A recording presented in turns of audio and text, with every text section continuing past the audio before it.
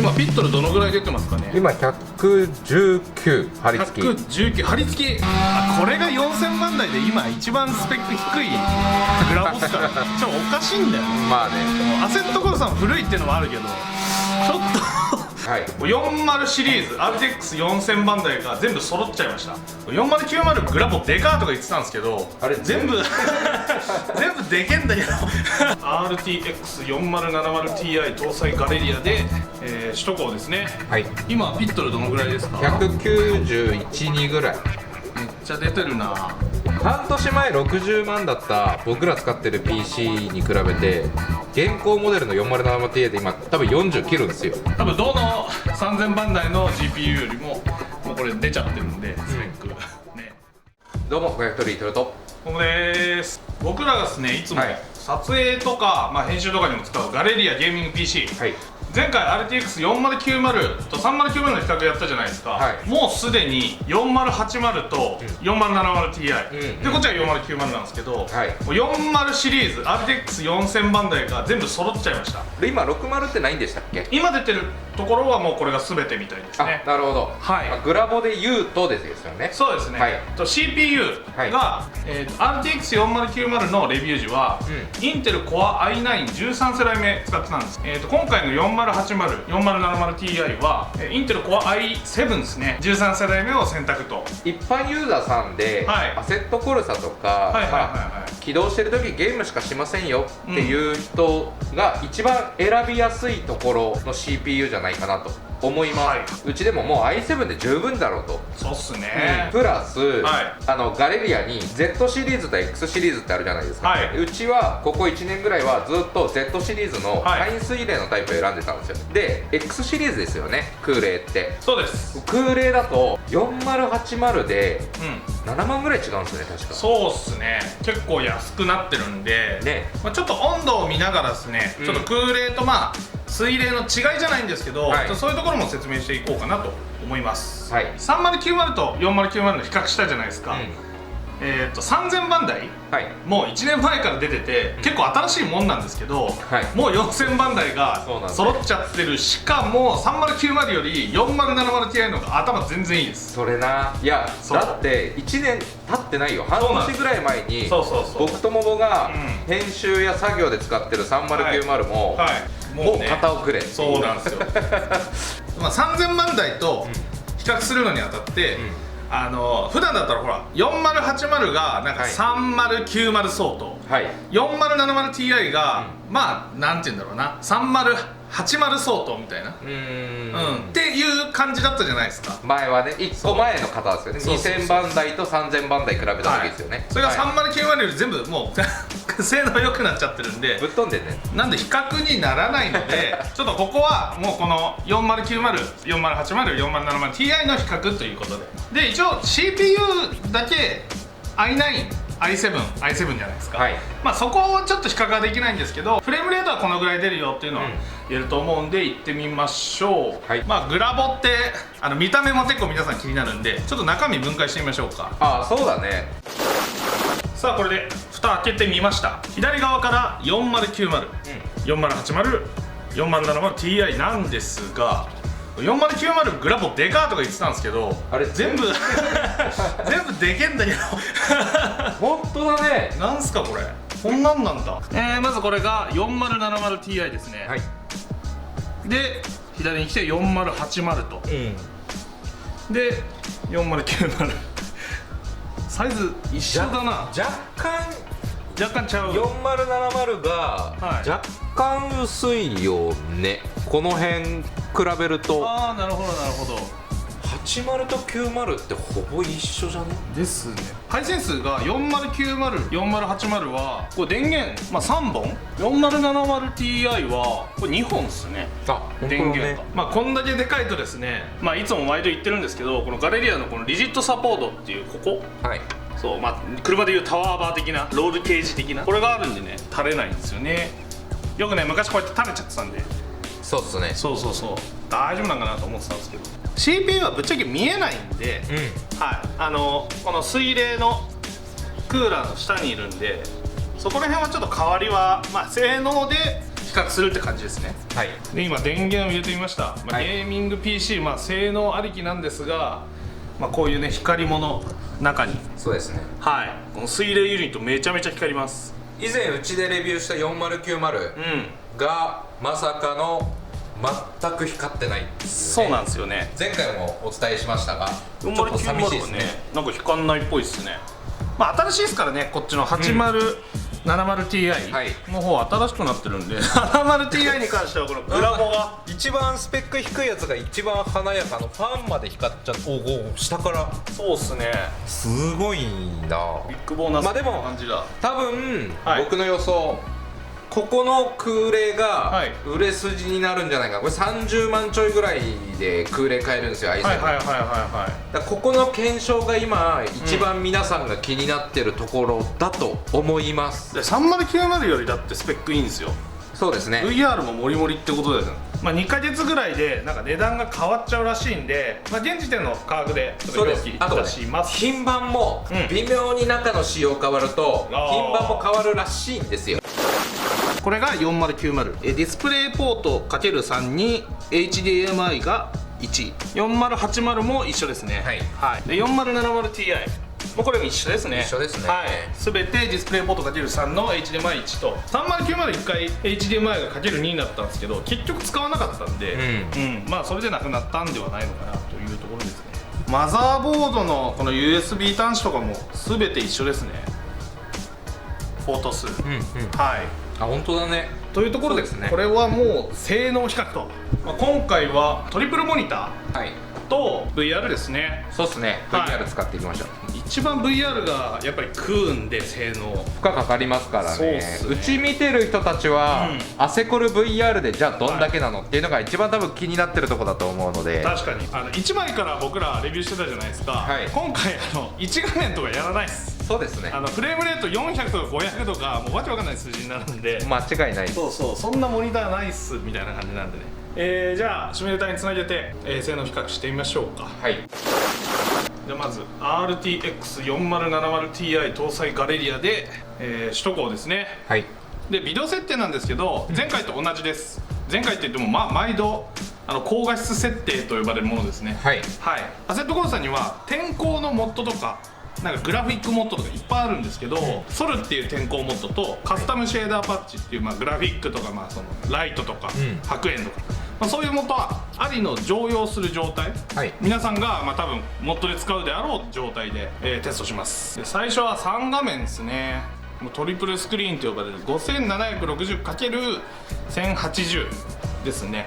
辰巳第 2PS ね、入りました。今ピットルどのぐらいですか？191、2ぐらい。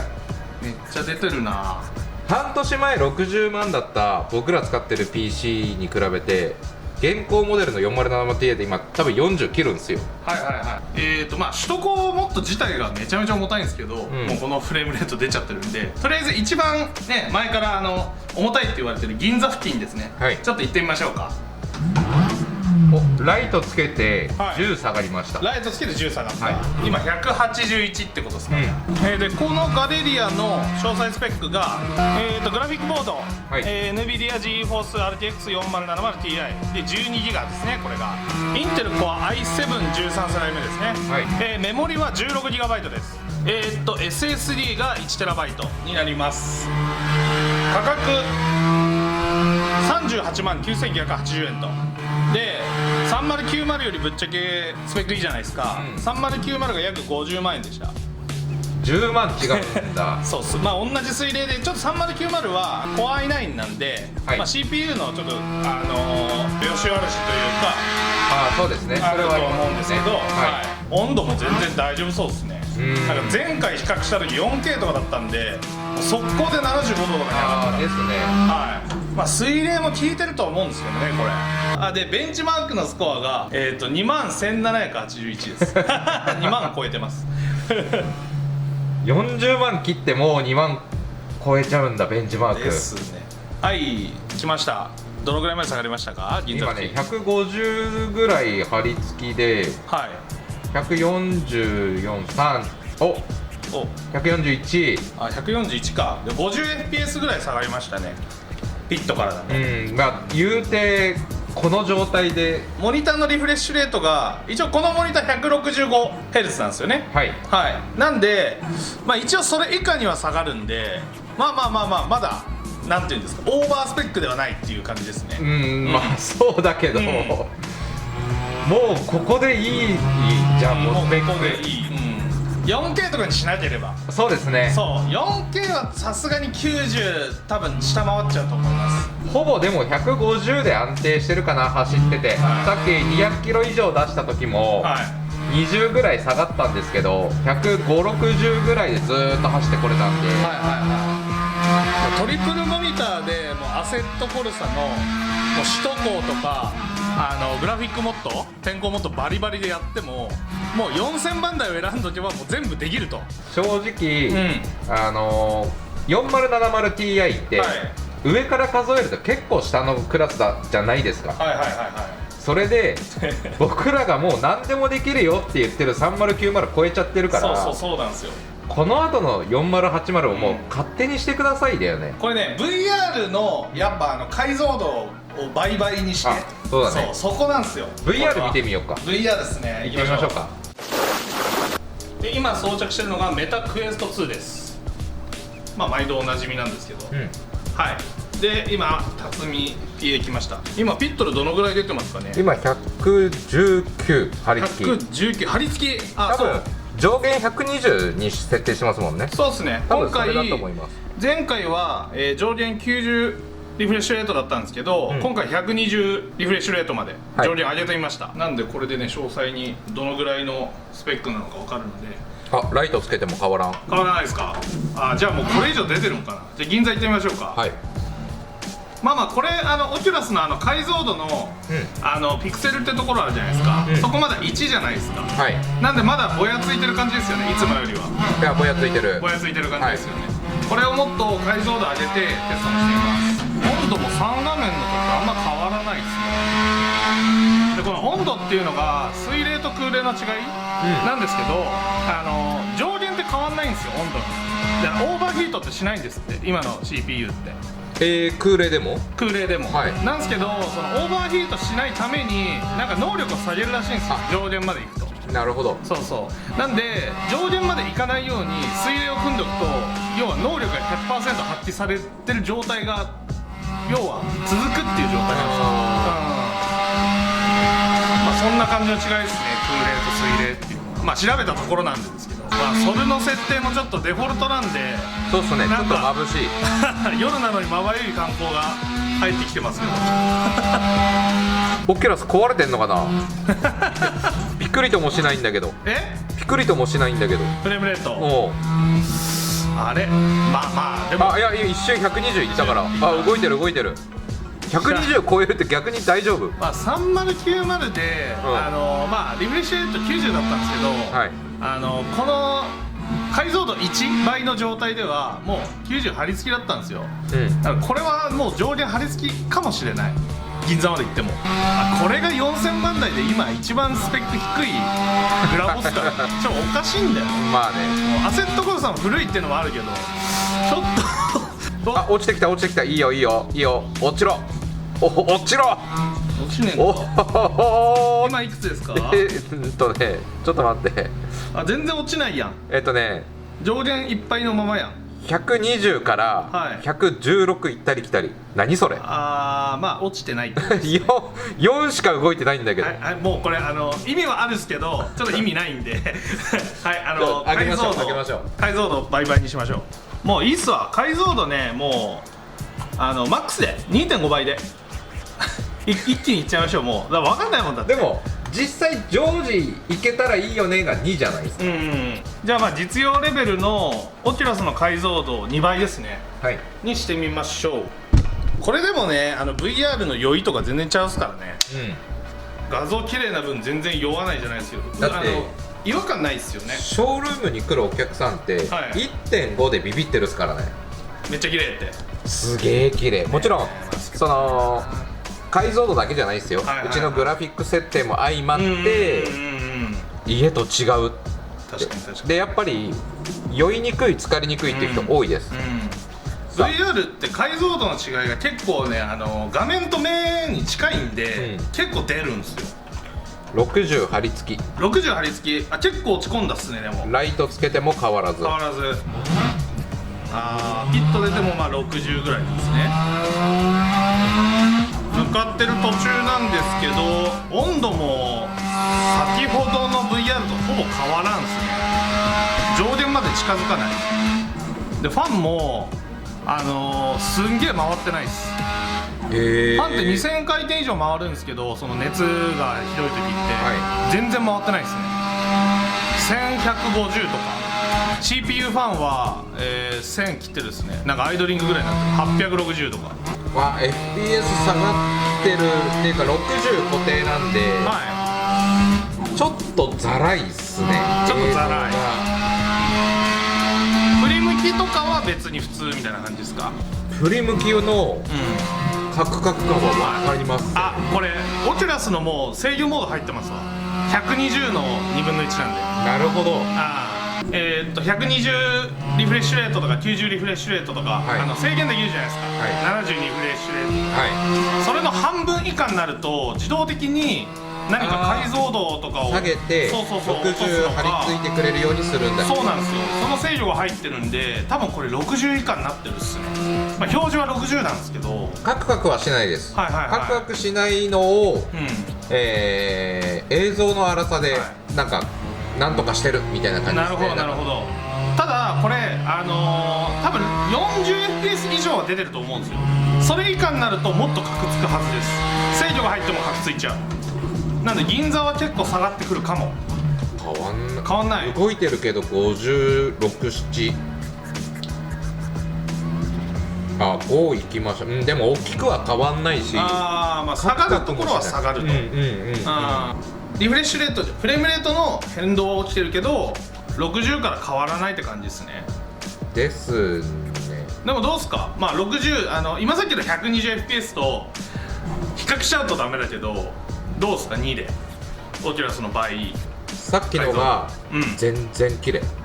1の方がやっぱり無理やり解像度を上げるよりは、FPS ちゃんと出てる方が全体的に綺麗です。違和感もないですもんね。違和感もない。なるほど。じゃあもしかすると4070だと 1.5 とか1か 1.5 の稼働になると思います。通常の1よりは全然綺麗じゃないですか。もうだって100とか出ちゃうんで。これもしかして CPU ですかね、ワンチャン。だって309まで結構出てたっすよ。3090 1.5 でも全然出てた。だから i7-3090 で比較した時って12世代なんですよ。でこの前の最高スペックの4090、この時って多分2やってもビクともしなかったんですよ。まあ今回もやりますけどね同じ設定で。その差かな。これは常時稼働 1.1 か 1.5、になると思いますね。ちょっとこれ4080じゃ試してみたいですね。そうだね。4080になればちょっと変わると思うんで、行ってみましょうか。4080、じゃあ RTX4080 搭載ガレリアに PC 変更しました。とりあえずじゃあまた3画面でやってみましょうか。さっきの 4070Ti が、約30秒ぐらいだったんですよ。起動時間。これ首都高ってみんな長いと5分かかるらしいので行ってみましょうか。ちょっとやってみましょうか。これ測ったことないわ。確かに SSD ですからね。しかも HDD だと同じスペックでもだいたい1分ぐらいになるらしいです。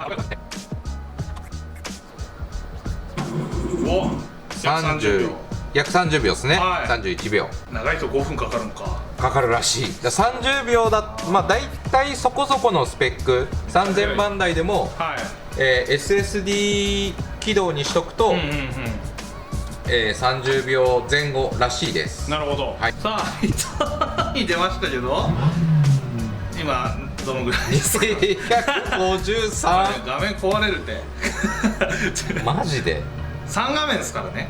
3画面ですよ4080がもう 4070Ti でオーバースペックなんだもん、まあこうなるよっていう感じ。現在言っても下がんないんだろうな。 RTX4080 搭載ガレリアと言ったんですが、ガレリア ZA7CR48 と、インテル Core i7 13世代で RTX4080 は 16GB です。でメモリも変わらず 16GB、で SSD が 1TB ですね。もう変わらずですね。温度も今のところそうですね、60度いかなかったんで、4070Ti もこれも4080も多分いかないと思うんですよね。まあこれはもう今走ってる段階でももう200半ばなんで、フレームレートこれは VR に期待でいいと思うんですねそうだねまあまあどれくらい下がるか。さあ今銀座付近200切るか。切りそうですね。あでもここら辺は変わらないんだな、そう考えると。じゃあ一瞬199いったけど、194までいきましたね。2までいきました。192なんで、そうすると150から比べると結構下がってるっすね。まあまあでもこの落ち幅でもな今モニターのリフレッシュレート超えちゃってるんで、モニターのリフレッシュレートで 165Hz ですからね。そうですね。はい、まあオーバースペックなんかもう、3代目になってくると、なんかびっくりしないっていうか、もう面白くない。さっさと VR 行きましょうか。はい、行きましょう。はい、で今ピッと出ました。大体60ぐらい。60ぐらいばらつきあったんで、60ぐらいっていうとこれ比較になってないっすね。あ、100いった。上がっていった。あ、4070Ti これなかったっすよね。あ、じゃあ 4070Ti よりやっぱり性能はいいってことですね。ずっと60固定でしたもんね。固定だね。はい、4070Ti も。あ、100出てますね。94、93、92。ああ、そういうことなんだ。まあ銀座では下がるでしょうけどね。ということは、重たいところ以外はまあ 90fps ぐらいで走れるってことですね。そうだね。そうっすよね。ここでそんぐらい出てるとなると。で CPU と GPU の温度も変わらずですね。これは3画面の時と変わらず、4070Ti の時とも変わらずって形ですね。ああ、まあそうだよな。まあ4080の方が全然ベンチマークスコアいいもん。4070Ti が21000なんで、まあ4000ぐらい違う。まあちょっと分かりづらい数値ですけどね、ちょっとベンチマークは。まあでもここでもう分かる通りフレームレートは絶対的に出てる。今さっき60固定だとまあ約30フレームレート以上上ってことかな。そうですけど、制限が入ってるんでちょっと分かんないですね。制限入ってて多分60固定の時って、やっぱさっきと一緒で、画質がちょっとザラザラになってきますね。なるほどなるほど。解像度っていうよりもそのフレームレートが落ち込んだ時のザラつきの方が気になるというところ。銀座入ったらもう60固定だろうな。あ、もうここで60固定っすね。そうですね。確かに。さあ一番重いところ来ました。今さっきなんか52が見えたとか言ってましたよね、4070Ti の時は。さあ60固定、びくともしない。固定。ああ、全くびくともしない。でやっぱり優秀ですよ。今さっきのここ4070の時の銀座と、今どうですか？一緒、ほぼ一緒。あ、4080の方がやっぱ違う、動きが。画質ざらいんだけど、動き滑らか。ああ、なるほど。ちょっと分かりづらいよね。かぶってる人にしか分からない程度なんですけど、制限が入ってると数値で出ないんで。そうなんだよね。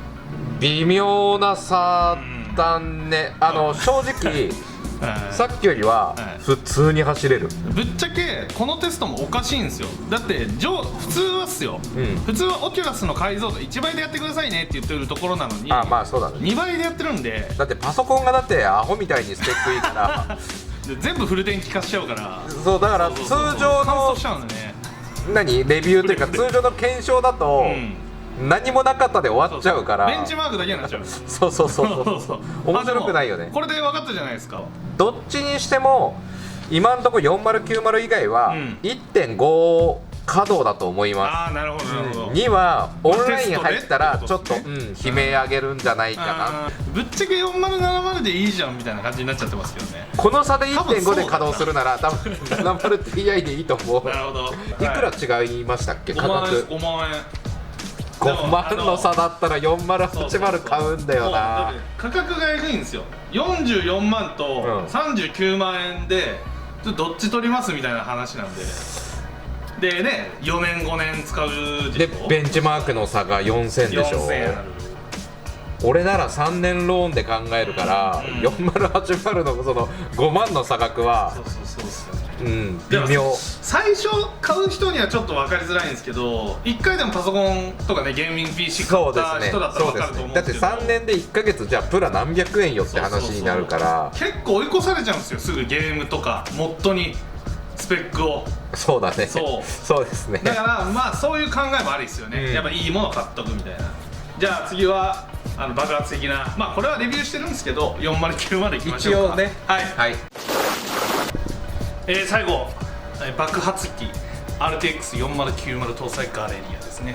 でこちらが CPU もCore i9 ですの13世代目、i7 だったんでね。今までの比較よりはちょっとずるいですけど、ずるいっすね。まあしかも以前もやってるんで。そうっすね、まあフレームレートも爆発してるんだろうなどのぐらいだろう。300です。はい。もうなんか馬力みたいなんだよな。もう300ずっと出っ放しなんで。はい、じゃあ銀座行きます。走ってる方が上がるんだけど。はい、銀座来ました。フレームレートどのぐらい出てますか？250。下がってきた。下がってきた。はい。242。まあということです。はい。ちなみになんですけど、モニターのリフレッシュレート超えちゃってるじゃないですか。165Hz のモニターじゃないですかこれ。165フレームレートの方がヌルヌルします、もっと。ってことは上限165で設定すればいいんだね。そう、超えちゃうと逆にざらつきあるんですよ。知らなかった。そう。なんでこうやってオーバースペックの PC 持ってる人も、こういうのあんまり良くないです、マジで。なるほどね。オーバーな感じ。ちょっと設定画面じゃあちょっと見ましょう。セッティング、アセットコルサー、ビデオ、ここのこれですか。リミットフレームレートっていうのがあるんで、チェック項目ですね。左側、それです。これですね。これをチェックして、そうです。これを165にするってことですね。よくあるモニターだと 144Hz とかになるんですよね、ゲーミングモニター。ここでも打ち込めますね。144。そう。モニターとか多分グラボとか多分調子悪くなるっす。そう。なんかなんて言うんだろう、もうすごい細いホースにめっちゃ水やつかけてるみたいな感じなんで。ガレリアさんも言ってたわ。だと思う。あんまよろしくない。結局それが5年持ってたはずなのに3年で買い替える羽目になることもありえるよっていうのは言ってた。それだわ。皆さんこれ気をつけましょう。でこれ多分映像だと分かんないんで、ちょっと持ってる方設定してみてください。そうだね、めちゃめちゃ変わりますこれ。確かに。じゃあ続いて VR いきますか。でまたもうオキュラスのピクセル2でいきましょう。2で。2で。もう1位だって貼り付きなんだもん。さあ今オキュラスこれ解像度2倍ですね。でピッと出てきました。いくつでしょうか。120。120。これ上限貼り付き。これ今まで4080とか 4070Ti 60だったっすからね。そうだね。そう。温度的には4070、4080と比べると高めですね。ファンもね回ってる。 GPU のファンは回ってないんですけど CPU のファンが結構回ってるですね、水冷の。まあここ型番がちょっと水冷クーラーの型が多分1個前のやつかもしれないんで、ほら光ってないとか言ってたじゃないですか。それもあるかも。それで回転数のアイドル状態がもう高いっていうのもあるかも。ピクセルレートで2にしてるじゃないですか、オキュラスの。めちゃめちゃ綺麗。ちょっと今眩しいけど映像どうですか？絶対やばいですよね。そのザラつきとかないですよね。ない。だって120固定の解像度2倍なんで、今めちゃめちゃいい設定というか状態だと思うんですよ、RTX4090 搭載ガレリアの、詳細ですね。 ZA9CR49、CPU インテル Core i9 13世代目、ここはCore i9 ということで、今さっきまでは Core i7 でした。グラフィックス RTX4090 24GB、ストレージも SSD1TB。これ CPU もあると思うんですけど、めちゃめちゃ違います。579,980。ぶっ飛ぶね。ですね。4080搭載ガレリア、今さっきのモデルと14万円の違いがございます。だったら4080でいいかも。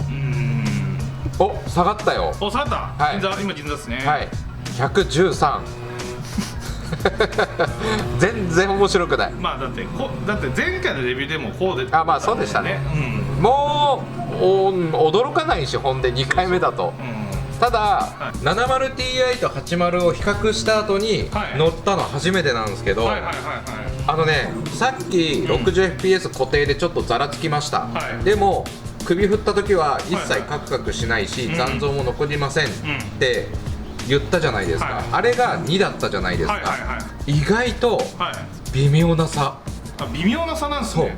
だから今後僕らのレビューというか検証動画でもピュアの設定が公開するというか、こうやったらもっと綺麗になりますよってあるじゃないですか。あれで化けてるわ。うちのなるほどなるほど。何でしたっけ、ショールームに置いてるこの VR 設定のやつって 1.5 なのに、あっちの方が滑らかに見えるんですよ、景色が。モッドってことですね。そうだからグラフィックモッドありきで 1.5 稼働だったらもう何でもいいやっていうぐらい、2よりそっちの方が綺麗って今分かりました。 1.5 だったらだってもう 4070Ti で十分じゃないですか。いやだからよ、4070Ti か5万のその80で、やっぱりここって使い切れるよ。アセットコルサでは使い切れるけど、そこいらないかもっていうとこですね。まだまだいきなりなんか4000番台だけぶっ飛んでるんですけど、これは何なん？3090だってより上なんですよ、全部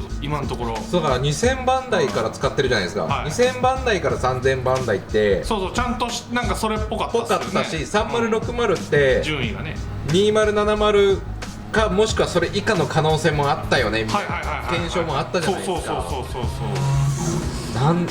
急にだね。だから4060とか出てきても、3090と同じじゃねと思っちゃうんですけど、位置的な範囲だってベンチマーク3000ぐらい違うんですよ、だからやっぱ時代っすねこれって。4000番台になって大まかなスペックが出てきたと。いやだから4000番台がすごいんよ。ですよね。だから4060が20万円台で買える日が来て、3080と同じか、3090相当もベンチマークだけだったらありえるかもよ。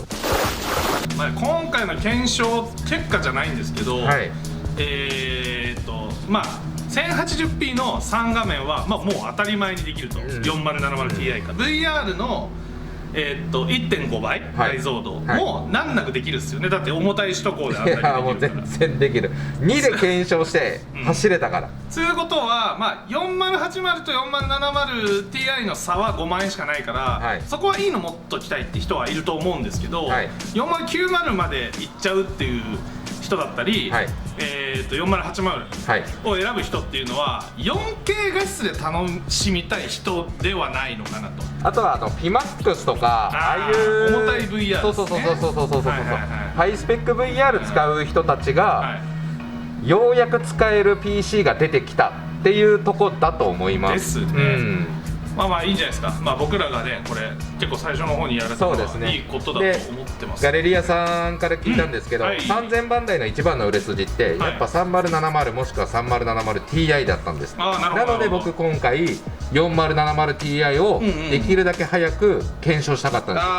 これが価格落ち着いてきたら、ここが一番の売れ筋になると思うし、この検証結果では俺は 4070Ti で十分だと思った。いやいや、だってもうアセコルもう全部楽しみたい方は 4070Ti 買うときはまあ間違いはないよねって言えます。間違いない。だって僕ら持ってる PC よりベンチマーク超えちゃってるから。そう3090がメインどこなのに。いやそうなんだよ。確かに。だそれが40万切ってる時点で僕らの感覚では安いですけど、これから始める人にはまだ高額かなっていうところですよね。じゃあこれは4060とか来たらまたねやりましょうか。やりましょうか。まあもし出たら。はいということで、新しいもの来たらそうですね、また面白い検証したいと思います。次回の動画でお会いしましょう。ガヤットリでした。